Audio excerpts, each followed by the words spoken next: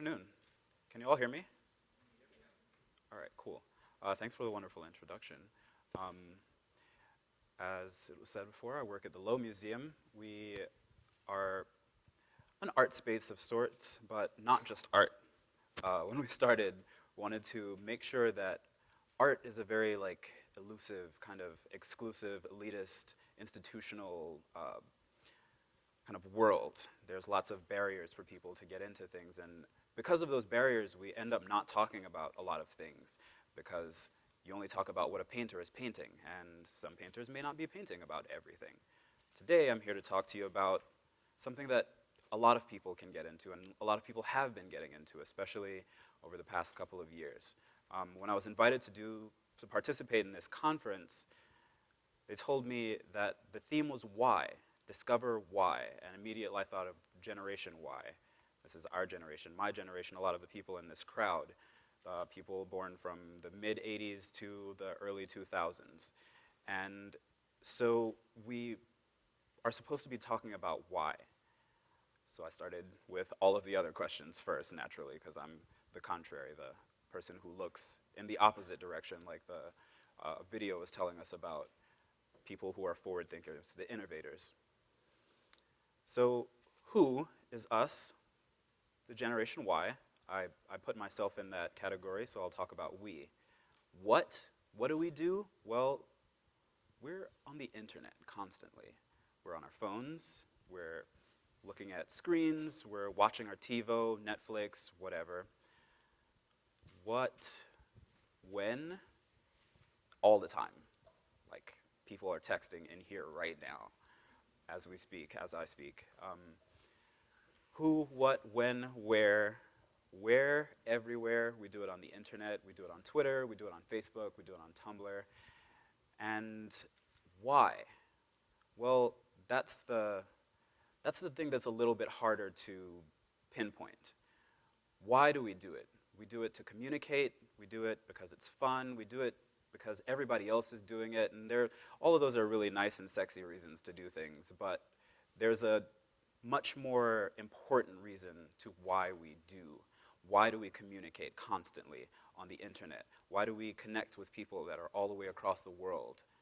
And why do we do it all the time? It's because we need to. It serves us. You know, it might be as simple as, I need a sandwich right now. You know, I need something, and I ask someone to fulfill that need for me. That's the main reason why we communicate. I'm here to talk about a different kind of communication and posit to you that maybe it serves the same kind of function. One thing that I've seen that has popped up on the internet as of maybe the last 10 years or so, and definitely earlier in different types of iteration, is the meme. A month or so back, I lost my job and had an immense amount of time on my hands up until last week. I mean, up until this week, writing the speech for this. Spent a lot of time on Tumblr. The other half of the time was spent in my bed in the fetal position, wondering what I'm going to do with the rest of my life. I should probably get a mentor.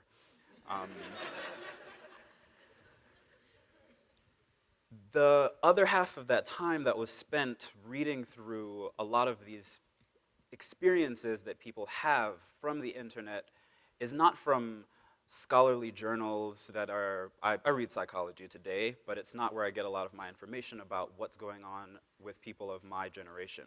I get those things from internet memes. I get those things from the things that people are posting on their Twitter and people doing the same poses. Last week or earlier this week, there's something peculiar that popped up with Excel. Everyone uses Microsoft Excel for school, for spreadsheets, for whatever. And I saw this meme that has been popping up with people just putting random quotes into Excel spreadsheets. There's a frog one. I don't know if anyone's familiar with the frog meme. I probably should have had not a spreadsheet, a PowerPoint. But there's a specific color scheme to this frog. It's red. There's very basic colors. Anyone can do them. And this type of communication democratizes allows access, and allows voices that are not traditionally heard by a lot of institutions that give us a lot of information, but only give us very small parts of the population's information. So if I'm having a problem, if I can't sleep, if I feel depressed, if I just lost my job, or just broke up with my girlfriend, or had a crazy day at work, or some customer came in, and I worked in a restaurant. Not all of us will work in a restaurant. Not all of us will work in retail. Not all of us will be a scientist. But as someone who's looking at that frog, not the real frog, but the meme frog, I can, for a second, get into the experience that that barista had on that day. Because I know what it is to have a job. I don't know what it's like to be a barista, but there's a meme about having a job in general. And I can insert my experience at my job, whether I'm a scientist or whether I'm a race car driver, into the frustrations of that day, because we all get frustrated. We are all basically doing the same things. 8 billion people in the world. All of them are going to have a different life and going to have completely different experiences, but generally, no one's doing anything crazy, like out of this world, you know? Like, nobody's flying. We're basically bound to the same type of lives. You wake up in the morning, you respire, you eat, you poop, and you go to sleep. There's a little bit more in between that, but generally, we interact with each other on a level that is the same. So, memes, Google defines it as a piece of information, a cultural element that is part of a system that can be transferred by non-genetic means. And this could be anywhere from a story that is passed on through verbal tradition or an image. There's a second definition that talks specifically about internet memes, which is a similar kind of piece of information, a video, an image, a video and an image and text, etc., that is spread rapidly, that people copy and reproduce, often with a slight variation, and it spreads across the internet in a very rapid fashion. Now, this doesn't just happen by osmosis, although the processes are similar. It happens because those experiences that people talk about resonate with people. They resonate with, I could be talking about my job here in Atlanta, and someone in Hong Kong may have a similar job. We don't speak the same language. We don't watch the same movies. We don't watch the same sports, perhaps. But they know what it's like when a customer comes in and is supposed to tip you $5, and they tip you a lottery ticket.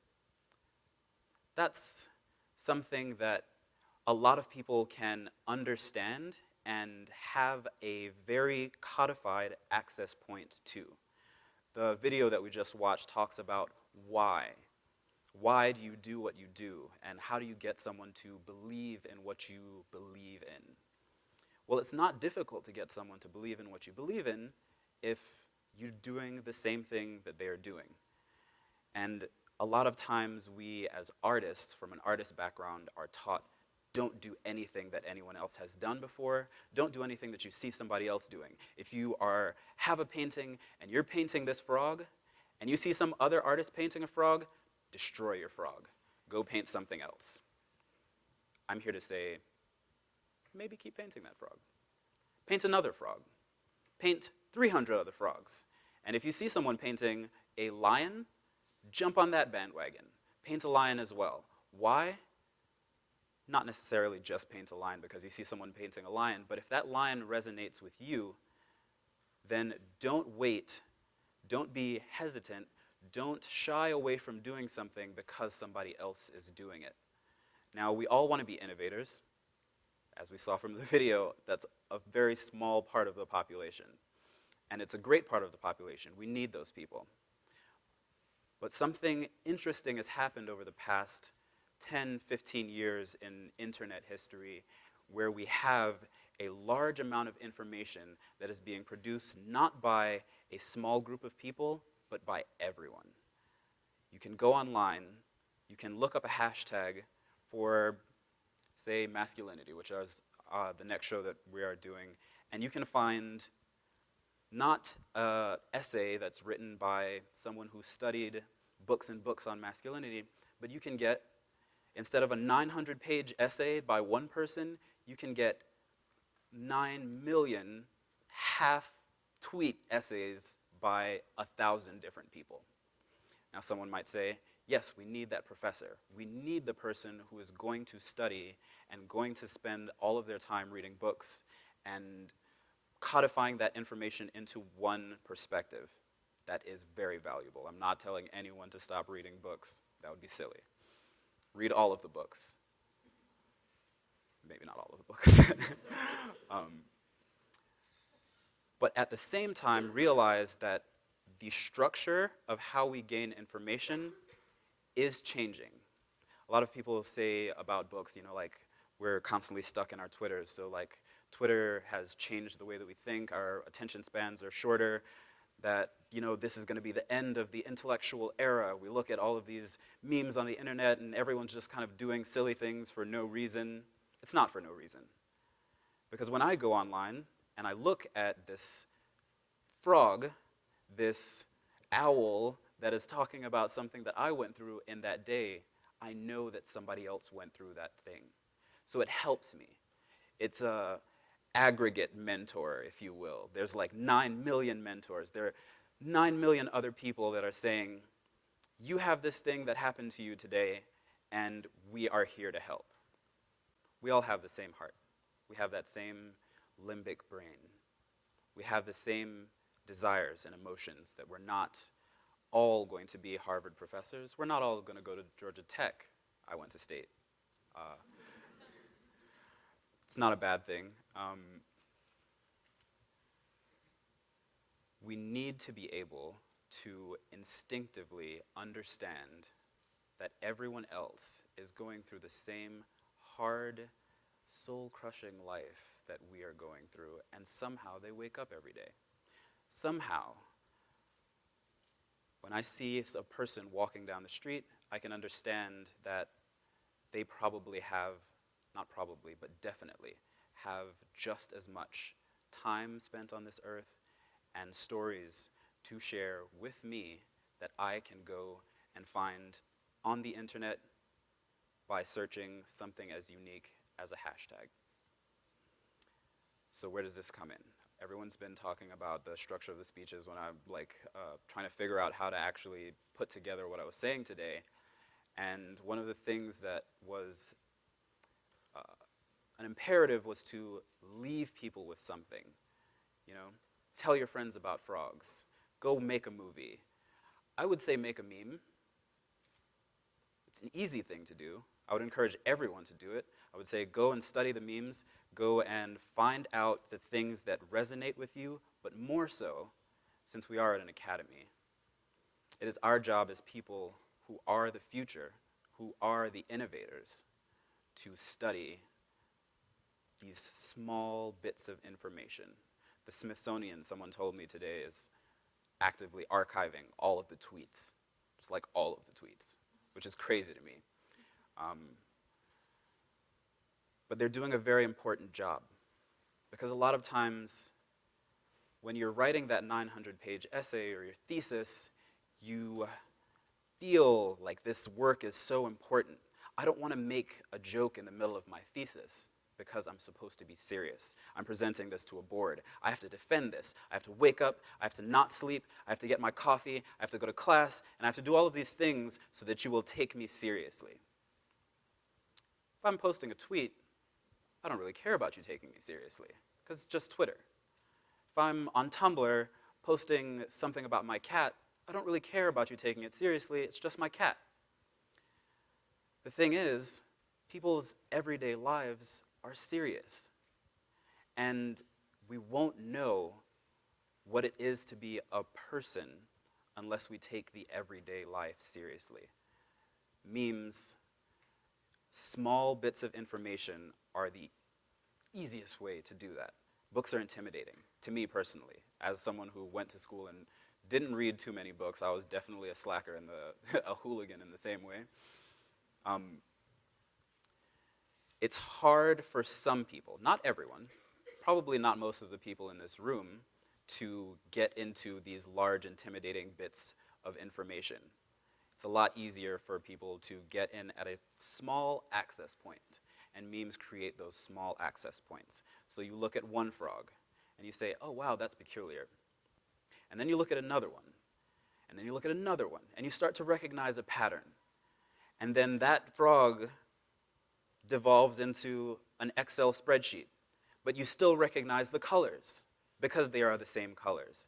And then that Excel spreadsheet devolves into another picture of, I don't know, the thing that I'm thinking about now is the meme of Hitler in the bunker room in this film called Downfall.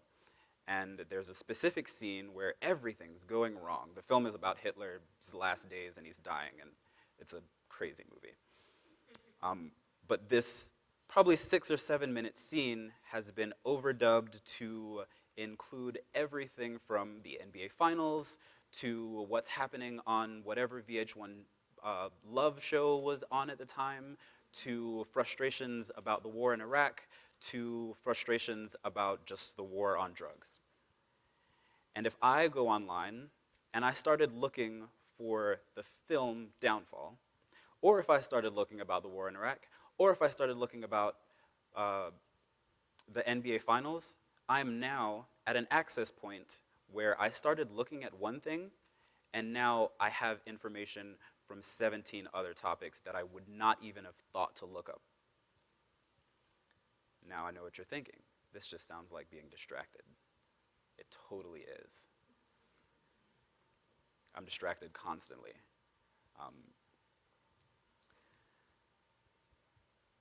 I'm distracted right now. Because now I'm thinking about the other iterations of that meme, and I'll probably go home and look up more of them and just waste tons of time.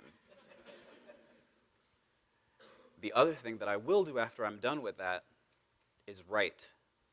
And write about which ones of those things resonated with me. Which ones of those things seemed connected in a way that's not just someone was on the internet tooling around. Because it's important. Because they knew. Maybe they just wanted to be silly. Maybe they just wanted to make you laugh. Maybe they wanted to make you cry. But they also, at a very base level, knew that you would connect to this thing. Knew that I would connect to this thing. They did it for the why, that inner circle. Why am I doing this? Why do I, me, myself personally, why do I go on Photoshop and there's someone in this room, one of the organizers told us about how she photoshops her friend's eyebrows out of pictures. Like, why do you do that? I don't know. But I know that I also have Photoshop, and I can do that. I can do that too. I can take something that, an idea that someone has made and run with it. This is what this conference is based on. Ideas worth spreading. Memes literally are ideas worth spreading, and they spread themselves in a way that is comparable, analogous to the way that people and other species evolve on this planet. Now, I'm a little bit pessimistic. The internet may or may not exist in the way that we know it to now forever. There are literally people sitting in other domed buildings around this country trying to make it different. So it's our job to take the things that we know to exist right now and document them. Be the anthropologists of our own time. So the thing that I would leave you with today is, if you aren't sure of what memes are, go find out. If you are sure of what they are, make some. If you've made some, hashtag them. And if you have hashtagged them, make new hashtags. Go and find those things. Find 100 of them. Put them in a book. Put them in a zine. Make sure that you email them to thousands of people. Make a Tumblr that is specific to one thing, so that when someone either comes to this country or is reading up on America 20 years from now, they can go and say, wow, there was a Tumblr about one of the things one of the things that we're showing in our upcoming masculinity exhibition is a Tumblr called Men Taking Up Too Much Space on the Train. If you've been on a train, I was unaware of this. I always cross my legs when I'm on the train, almost like daintily. But this is something that if you're unaware of that is happening, you might just go and someone tells you, oh, this happens. Then maybe you might go, all right, well, maybe this happens. I'll have to see it in my own eyes, or I'll pay attention to it the next time it happens on the train, next time on the train. Maybe you don't ever ride the train. Maybe you've only ridden the train once. But if someone shows you 600 pictures of this same thing happening, then you go, this is a pattern, and then we have to, maybe if some people feel like their space is encroached upon, this is something that should change. So as a result of that blog, the New York transit system has made it a campaign to allow more space for people to exist on their trains without feeling like this person's leg is all the way over here, or this guy is taking up 4 seats by just putting his arms out and somebody else is standing up. Now that wouldn't happen if one person didn't go, oh, here's a picture of someone taking up too much space on the train. I see this all the time. If they had been like, oh, that person's a photographer, they take pictures of men on the train, I'm not going to do that, then we have this one person who has an agenda, and someone can say, you just have an agenda. You should probably go sit down somewhere. Instead, you have 600 people saying, this is a thing that I see. I'm not a photographer, I'm not a journalist, I'm not an academic writer, I'm just a person. And I'm sharing to you something that's ordinary. Here's 8 billion other people and their ordinary stories. Listen to them. Thank you.